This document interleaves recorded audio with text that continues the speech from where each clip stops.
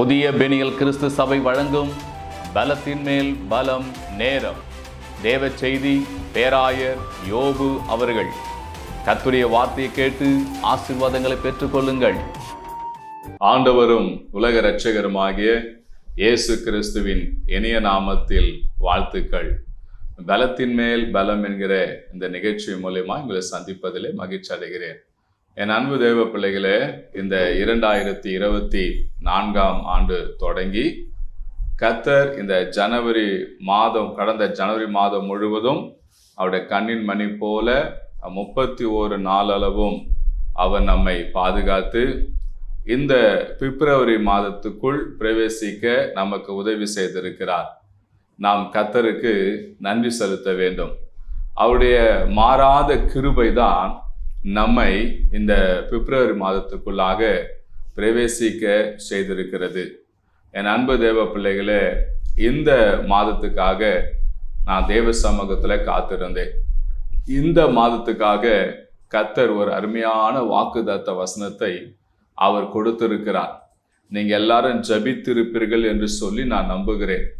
அல்லது தேவன் நோக்கி பார்த்திருப்பீர்கள், அல்லது தேவனை நம்பியிருப்பீர்கள். நீங்கள் உங்களுக்காக தேவன் இந்த பிப்ரவரி மாதத்துல ஒரு வாக்குத்தத்தம் வசனம் வைத்திருக்கிறார். அதை நிறைவேற்ற போகிறார், அதை செய்து முடிக்க போகிறார். என்ன வாக்குத்தத்த வசனம் என்று சொல்லி பார்த்தீங்கன்னா, ஆதியாகமத்தின் புஸ்தகம் 17ஆம் அதிகாரம் அதுல 2வது வசனத்தை நான் வாசிக்கிறேன், கவனிங்க. நான் உனக்கும் எனக்கும் நடுவாக என் உடன்படிக்கையை ஏற்படுத்தி உன்னை மிகவும் திரளாய் பெருக பண்ணுவேன் என்றார். என் அன்பு தேவ பிள்ளைகளே, இந்த மாசத்தில் ஆண்டவர் உங்களை மிகவும் திரளாய் பெருக பண்ணுவேன் என்று சொல்லி அவர் உங்களுக்கு வாக்கு பண்ணுகிறார். அந்த மிகவும் திரளாய் என்ற வார்த்தையின் அர்த்தம் என்ன தெரியுங்களா? கணக்கில்லாத, அது கணக்குக்கு அடங்காத நன்மைகள். இன்னும் சொல்ல போனா எண்ணவே முடியாதாம். அந்த அளவுக்கு ஆண்டவர் உங்களை மிகவும் திரளாய் இந்த மாதத்தில் பெருக செய்ய பண்ண போகிறார். எதுலெல்லாம் நீங்க குறைவுபட்டு இருந்தீங்களோ அதுலெல்லாம் ஆண்டவர் உங்களை பெருக பண்ண போகிறார். நீங்க பண ரீதியாய், பொருளாதார ரீதியாய், அல்லது சரீரத்தில் ஏற்பட்ட பலவீனங்கள் நிமித்தம் மற்றும் இன்னும் என்னென்ன காரியங்கள்ல நீங்கள் உங்க வாழ்க்கையில குறைவுபட்டு இருந்ததோ, அல்லது உங்க வாழ்க்கையில எதுவுமே இல்லாத ஒரு சூழ்நிலை கூட இருந்ததா, அதுல ஆண்டவர் உங்களை திரளாய் பெருக பண்ண போகிறார். ஆண்டவராகிய கர்த்தர் இந்த மாசத்துல உங்களுக்கு எல்லா நன்மைகளையும் எல்லா ஆசீர்வாதத்தையும் ஆண்டவர் பெருக செய்ய போகிறார். நீங்க ஒருவேளை நினைக்கலாம், என் வாழ்க்கையில குறைவு மாத்திரமல்ல, ஒன்றுமே இல்லாத ஒரு சூழ்நிலை தான் நான் இருக்கிறேன், ஒரு நன்மை என் வாழ்க்கையில் இல்லை, ஒரு நன்மையும் நடக்கல, ஒரு நன்மை எனக்கு சேரல அப்படி என்று நீங்க நினைக்கிறீங்களா? என் அன்பு தேவ பிள்ளைகளே, அப்படி சிந்திக்கிற உங்க வாழ்க்கையில ஆண்டவர் இந்த மாசத்துல உங்களுக்கு வாக்கு பண்ணுகிறார். உன்னை நான் மிகவும் திரளாய் பெருக பண்ணுவேன் என்று சொல்லி வாக்கு பண்ணுகிறார். இந்த வாக்குத்தத்த வசனத்தை ஆபிரகாமுக்கு ஆண்டவர் வாக்கு பண்ணினார். ஆபிரகாமுக்கு எந்த சூழ்நிலை இது கொடுத்தா தெரியுங்களா? அவனுக்கு குழந்தை ஒன்று இல்லைங்க. அதாவது சாராளுக்கும் இவனுக்கும் குழந்தை ஒன்று இல்லை. இல்லாத போது, ஒன்றுமே இல்லாத ஒரு சூழ்நிலை இப்ப ஆண்டவர் வாக்கு பண்றார். பாருங்க, ஆண்டவர் ஆபிரகாம் அழைத்த நாட்களிலிருந்தே, அதாவது ஆதியாகமம் 12ஆம் அதிகாரத்திலிருந்து பார்க்கும்போது ஆண்டவர் இல்லாத ஒன்றை தருவேன், செய்வேன், பண்ணுவேன் என்று வாக்கு பண்றார். ஆண்டவர் ஆபிரகாம் அழைக்கும் போது சொல்றாரு, நான் உன்னை பெரிய ஜாதி ஆக்குவேன், உன்னை ஆஸ்வதிப்பேன், நீ பெருகுவாய், இதெல்லாம் சொல்லி 7 விதமான ஆசீர்வாதங்களை அந்த ஆதியாகமம் 12ஆம் அதிகாரத்தில் நம்ம பார்க்கிறோம். ஆனால் ஆபிரகாம் அதை அப்படியே நம்பினான், அதை அப்படியே விசுவாசித்தான். அதில் கொஞ்சம் கூட அவன் சந்தேகமே படலை. இதுல ஒரு பெரிய விஷயம் என்னன்னா, ஆண்டவர் சொல்றத அப்படியே நம்பினாங்க. இப்போதும் இந்த ஆதியாகமம் 17ஆம் அதிகாரத்துல 2ஆம் வசனத்துல ஆண்டவர் சொல்றாரு, நான் உன்னை மிகவும் திரளாய் பெருக பண்ணுவேன் என்று சொல்லி ஆண்டவர் ஆபிரகாமுக்கு வாக்கு பண்ணார். ஒன்றுமே இல்லாத ஒரு சூழ்நிலையில, நன்மைகள் பெற்றுக்கொள்ளாதிருந்த சூழ்நிலையில, பிள்ளை கூட பெறுவதற்கான வழி இல்லாத ஒரு சூழ்நிலை ஆண்டு சொன்னாரு, உன்னை மிகவும் திரளாய் பெருக பண்ணுவேன் என்று சொல்லி ஆபிரகாமுக்கு வாக்கு பண்ணார். அன்றைக்கு ஆபிரகாமுக்கு வாக்கு பண்ணின கர்த்தர் இன்றைக்கு உன்னை ஆண்டவர் அதே ஆசீர்வாதங்கள் உனக்கு தருகிறார். எப்படி என்று சொல்லி பார்த்தீங்கன்னா, ஆண்டவராக இயேசு கிறிஸ்து மூலியமா அது பெற்றுக்கொள்ளும்படியாக நமக்கு அவர் உதவி செய்கிறார். என் அன்பு தேவ பிள்ளைகளே, ஆபிரகாமுக்கு வாக்கு பண்ண அதே ஆண்டவர் தான் நாமும் ஆராதிக்கிறோம். அதே ஆண்டவர் இன்றைக்கு உன்னை பார்த்து சொல்றாரு, இந்த மாசத்துல நான் உன்னை மிகவும் திரளாய் பெருக பண்ணுவேன் என்று சொல்லி அவர் வாக்கு பண்ணுகிறார். என் அன்பு தேவ பிள்ளைகளே, ஆபிரகாமுக்கு அப்படி ஆண்டவர் வாக்கு பண்ண உடனே ஆபிரகாம் கிட்ட ஒரு நல்ல ஒரு குணம் ஒன்று இருந்ததுங்க. ஆக்சுவலி ஆபிரகாம் குணம் எல்லாம் நல்ல குணம் தான். ஆனால் மிகவும் அருமையான ஒரு குணம் என்னன்னா, ஆண்டவர் வாக்கு பண்ண உடனே அந்த 3ஆம் அதிகாரம், ஆதியாகமம் 17ஆம் அதிகாரம் 3ஆம் வசனத்துல வாசித்து பார்த்தா, அப்பொழுது ஆபிராம் முகம் கூப்புற விழுந்து வணங்கினான், தேவன் அவனோடு பேசி. ஆண்டவர் ஆபிராமுக்கு சொன்னாரு, நான் உன்னை மிகவும் திரளாய் பெருக பண்ண சொன்ன உடனே பாருங்க, உடனே அவரு முகம் கூப்புற விழுந்து தேவனை வணங்கினாராம். முகம் கூப்புறன்னு சொன்னா அப்படியே தன் முகம் அப்படியே தரையில படும்படி விழுந்து அப்படியே மிகவும் அவர் வணங்கினாராம். கர்த்தர் நாமத்துக்கு ஸ்தோத்திரம். என் அன்பு தேவ பிள்ளைகளே, ஆபிரகாம் ஆண்டவர் பேசும் போதெல்லாம் ஆண்டவருக்கு ஒரு பலிபீடம் கட்டி தேவனை தொழுது கொள்வார். ஆனா இந்த இடத்துல ஆண்டவரை வணங்கினார் என்று சொல்லப்பட்டிருக்குதுங்க. பாருங்க, என்னைக்குமே நமக்கு யாராவது ஒரு நன்மை செய்தா என்ன பண்ணுவோம்? தேங்க்ஸ், நன்றி, கை கூப்பி நம்ம சொல்லுவோம். இன்னும் ஆபத்து நேரத்துல, நம்ம தவிக்கிற நேரத்துல யாராவது ஓடி வந்து நமக்கு உதவி செய்யும் போது, ஐயா நன்றி ஐயா, எங்களுக்கு தக்கணத்துல வந்து உதவி செய்தீங்களே அப்படின்னு நம்ம சொல்லுவோம். இங்க ஆபிரகாமுக்கு ஆண்டவர் ஒன்றும் இல்லாத ஒரு சூழ்நிலை வாக்கு பண்ணோன்னே அதை அப்படியே நம்பி ஆபிரகாம் இப்ப கர்த்தரை வணங்கினான் என்று இந்த ஆதியாகமம் 17ஆம் அதிகாரம் 3ஆம் வசனத்துல சொல்லப்பட்டது. அப்படி அவன் வணங்கின உடனே ஆண்டவர் பார்த்தா அவனுக்கு ஒரு 5 விதமான ஆசீர்வாதங்களை அவனுக்கு அங்க கொடுப்பதை பாக்குறாங்க. ஆதியாகமம் 17ஆம் அதிகாரம் 4ஆம் வசனத்துல ஆண்டவர் சொல்றாரு, நீ திரளான ஜாதிகளுக்கு தகப்பனாவாய் என்று சொல்லி இப்போது அவனுக்கு அடுத்த வார்த்தையை அவனுக்கு சொல்லுவதை பார்க்க, திரளான ஜாதிகளுக்கு நீ தகப்பனாவாய். கர்த்தர் நாமத்துக்கு ஸ்தோத்திரம். அவ பாருங்க, ஆண்டவர் ஆபிரகாமுடைய சந்ததியை பெருக செய்வேன் என்று வாக்கு பண்ணி அநேக ஜாதிகள், அப்ப ஆபிரகாமுடைய வயிற்றிலிருந்து பலவிதமான ஜாதிகள் உருவாக போகுது, பல கூட்ட ஜனங்கள் வரப்போற என்பதை ஆண்டு அங்க வாக்கு பண்றாருங்க. என் அன்பு தேவ பிள்ளைகளே, அங்க பாருங்க, இந்த வசனத்துல நீ திரளான ஜாதிகளுக்கு தகப்பனாவா என்றால் என்ன தெரியுங்களா? நல்ல ஒரு உயர்ந்த ஒரு ஸ்தானம், ஒரு கனத்திற்குரிய ஒரு ஸ்தானம், ஒரு தலைமை பொறுப்பு போன்ற ஒரு ஸ்தானங்க. கர்த்தர் நாமத்துக்கு ஸ்தோத்திரம். இந்த வார்த்தை கேட்டுக்கொண்டு என் அன்பு தேவ பிள்ளையே, ஆண்டவர் உன்னை மிகவும் திரளாய் பெருக பண்ணுன்னு சொல்லிட்டாரு. அதே நேரத்துல அந்த என்னென்ன ஆஸ்வாதங்கள் எப்படி சொல்லி பார்த்தீங்கன்னா, முதலாவது உனக்கு மதிப்பில்லாத இடங்கள்ல ஒரு மதிப்பு உண்டாகும்படி, ஒரு அந்தஸ்து உனக்கு உண்டாகும்படி, உனக்கு ஒரு தலைமை பொறுப்பு உண்டாகும்படி தேவன் உங்க சொந்த பந்தங்கள் மத்தியில உன்னை ஒரு தலைமை போல தேவன் மாற்ற போகிறார். நீங்க ஆபிரகாம் பார்த்து சொன்னா, நீ திரளான ஜாதிகளுக்கு தகப்பன் ஆவாய் அப்படின்னா பல கூட்ட ஜனங்களுக்கு அவர்தான் தகப்பன். அல்லேலூயா. அதே போல ஆண்டவர் உங்களை மிகப்பெரிய ஒரு பொறுப்புள்ள, அநேகர் மதிக்கத்தக்க ஒரு மனுஷனாய் தேவன் உங்களை வைக்க போகிறார். அடுத்தபடியாக ஆண்டவர் ஆபிரகாமுக்கு வாக்கு பண்றார். ஆபிரகாம் வணங்கின உடனே 2வது ஆண்டு வாக்கு பண்றார், இனி உன் பேர் ஆபிராம் எனப்படாமல் உன் பேர் ஆபிரகாம் எனப்படும் சொல்லி ஆதியாகமம் 17:5 வாக்கு பண்றாருங்க. இங்க ஆபிராம் என்ற பெயரை ஆபிரகாம் என்ற ஒரு பெயராக மாற்றுகிறார். ஆசீர்வாதம் இல்லாத இருந்த ஒரு பெயருக்கு ஒரு ஆசீர்வாதத்தை உண்டு பண்ணி ஆஸ்வதிக்கிற பெயராய் தேவன் மாற்றுகிறார். கர்த்தர் நாமத்துக்கு ஸ்தோத்திரம்.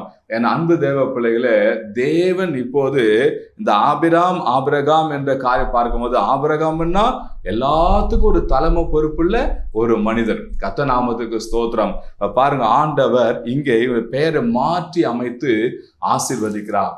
இந்த மாசத்துல கர்த்தர் உன் நிலையை மாற்றி அமைக்க போகிறார், உன் சூழ்நிலையை மாற்றி அமைக்க போகிறார். நீ இருக்கிற ஸ்தானத்தில் இருக்க போதல்ல, அடுத்த ஸ்தானத்துக்கு தேவன் உன்னை இந்த மாசம் கொண்டு போய் உன்னை மிகவும் திரளாய் பெருக பண்ண போகிறார். கர்த்தர் நாமத்துக்கு மகிமை உண்டாவதாக. மூன்றாவது காரியம், ஆபிரகாம் கர்த்தரை வணங்கின உடனே மூன்றாவது காரியம், ஆதியாகமம் 17ஆம் அதிகாரம் 6வது வசனத்தில் சொல்லப்படுது, உன்னை மிகவும் அதிகமாய் பலுக பண்ணி. பாருங்களேன், கர்த்தர் நாமத்துக்கு ஸ்தோத்திரம். ஆண்டவர் ஒரு சின்ன குறை கூட வைக்காதபடிக்கு ஆபிரகாமை மிகவும் அதிகமாய் பலுக பண்ண போகிறாராம். கர்த்தர் நாமத்துக்கு ஸ்தோத்திரம். அதாவது என்னன்னா, ஆபிரகாமுடைய சந்ததியும் சரி, அவனுக்கு உண்டான ஆடு மாடு எல்லாமே என்ன செய்யுமா, பலுகி அது பெருகும் என்று ஆண்டவர் வாக்கு பண்றாருங்க. என் அன்பு தேவ பிள்ளைகளே, உங்க வாழ்க்கையில ஆண்டவர் பலுகும்படியான ஆசீர்வாதங்களை எப்படியா மிகவும் பலுகும்படி, அதாவது உங்களுக்கு இருக்கிற எல்லா குறையெல்லாம் இன்னும் அவையெல்லாம் அதிகரிக்கும்படி, என்னெல்லாம் குறையா இருக்குதோ அதெல்லாம் அதிகரிக்கும்படி, எதுவுமே குறையாவே இருக்காது, எல்லாம் நாளுக்கு நாள் அதிகரித்து கொண்டே இருக்கும். எந்த ஆசீர்வாதங்களை ஆண்டவர் இந்த மாதத்தில் உங்களுக்கு வாக்கு பண்றாரு. என் அன்பு தேவ பிள்ளைகளே, அடுத்தது ஆபிரகாம் கர்த்தரை வணங்கின உடனே ஆண்டவர் 4வது கொடுக்கிற ஆசீர்வாதம் என்ன தெரியுங்களா? என் உடன்படிக்கையை நித்திய உடன்படிக்கையாக ஸ்தாபிப்பேன் என்று சொல்லி ஆதியாகமம் 17:7 அங்க வாக்கு பண்றாருங்க. என்னன்னா, ஒரு உடன்படிக்கை ஆண்டவருக்கும் ஆபிரகாமுக்கும். அந்த உடன்படிக்கை ஏதோ கொஞ்ச நாளைக்கு அல்ல. அநேக சில பேர் அக்ரிமெண்ட் போடுவாங்க. ஒரு வீட்டுக்கு போகும்போது, ஒரு லேசிக்கு போக ஒரு அக்ரிமெண்ட் போடுவாங்க. நான் இவ்வளவு நாள் இருக்கிறேன், இவ்வளவு நாள் பண்றேன் அப்படின்னு சொல்லி ஒரு அக்ரிமெண்ட் போடுவாங்க. அந்த நாளுக்குள்ள அது முடிஞ்சிடும். ஆனா அதே போல இங்க ஒரு உடன்படிக்கை அக்ரிமெண்ட் ஒண்ணு ஆண்டவருக்கும் ஆபிரகாமுக்கும் நடக்குது. அது என்ன அக்ரிமெண்ட் சொல்லி பாத்தீங்கன்னா, நித்தியமா இருக்கக்கூடிய ஒரு அக்ரிமெண்ட், ஒரு உடன்படிக்கை தேவன் பண்றாருங்க. நித்திய உடன்படிக்கை ஆபிரகாமுக்கும் தேவனுக்கும் பிரிக்க முடியாத ஒரு நித்திய உடன்படிக்கை ஆண்டவர் அங்க ஏற்படுத்துறாருங்க. கர்த்தர் நாம ஸ்தோத்திரம். தான் உன்னை நாள் வரைக்கும் நாம எல்லாம் ஆண்டவரா இயேசு கிறிஸ்து மூலியமா ஆபிரகாமுடைய சந்ததியா இருக்கிறோம். இயேசு ஏற்றுக்குள்ள அத்தனை பேர் ஆபிரகாமுடைய சந்ததி. காரணம், ஆண்டவர் ஆபிரகாமோடு நித்திய உடன்படிக்கை அவர் பண்ணியிருந்தாருங்க.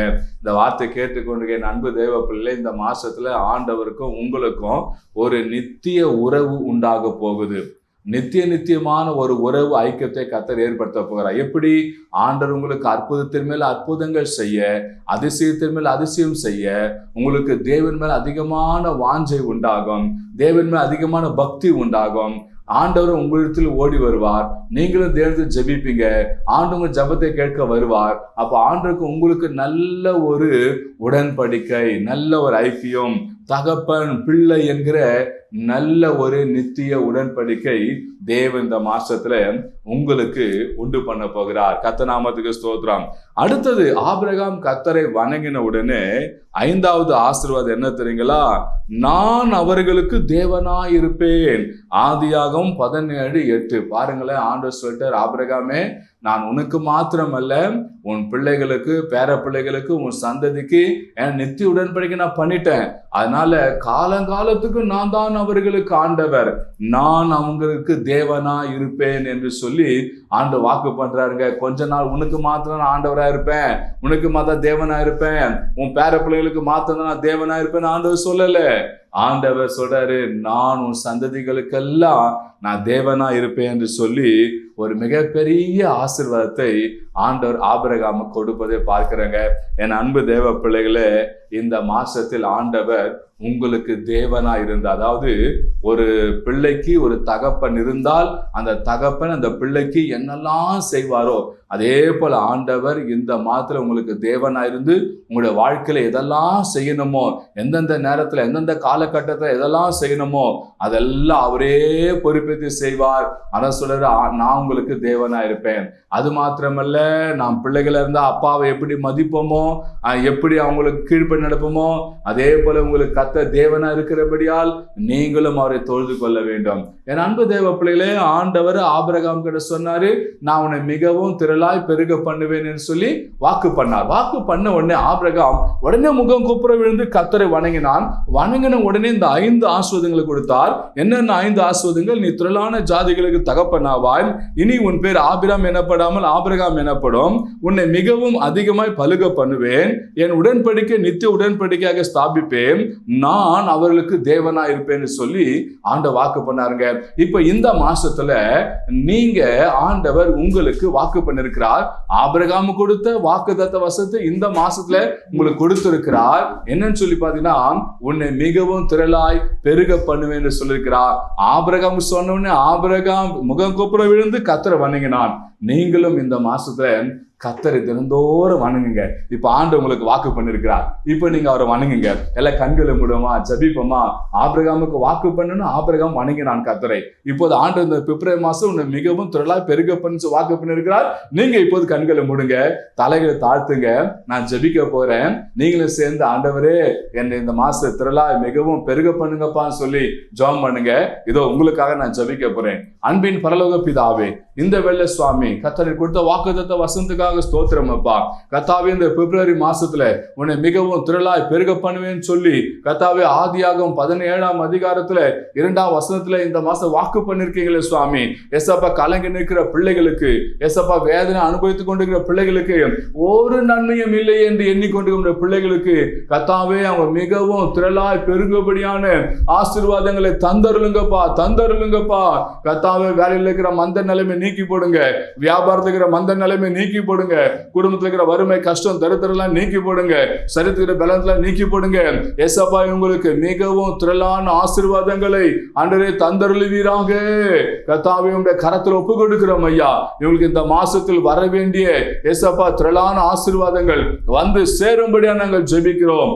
ஆவியானவரே, உங்களுடைய கரத்தில் ஒப்பு கொடுக்கிறோம். பிள்ளைகளும் குடும்பங்களும் வியாபாரங்களும் தொழில்களும் கர்த்தாவே நீர் ஆசீர்வதித்து அவைகள் பலுகி பெருகும்படி நீர் கரம் பிடித்து நடத்துவீராக. உங்களுடைய கரத்தில் ஒப்பு கொடுக்கிறோம் ஐயா. உயிர் தெழுந்த இயேசு கிறிஸ்து நாமத்தில் ஜெபிக்கிறோம் ஜீவனுள்ள நல்ல பிதாவே.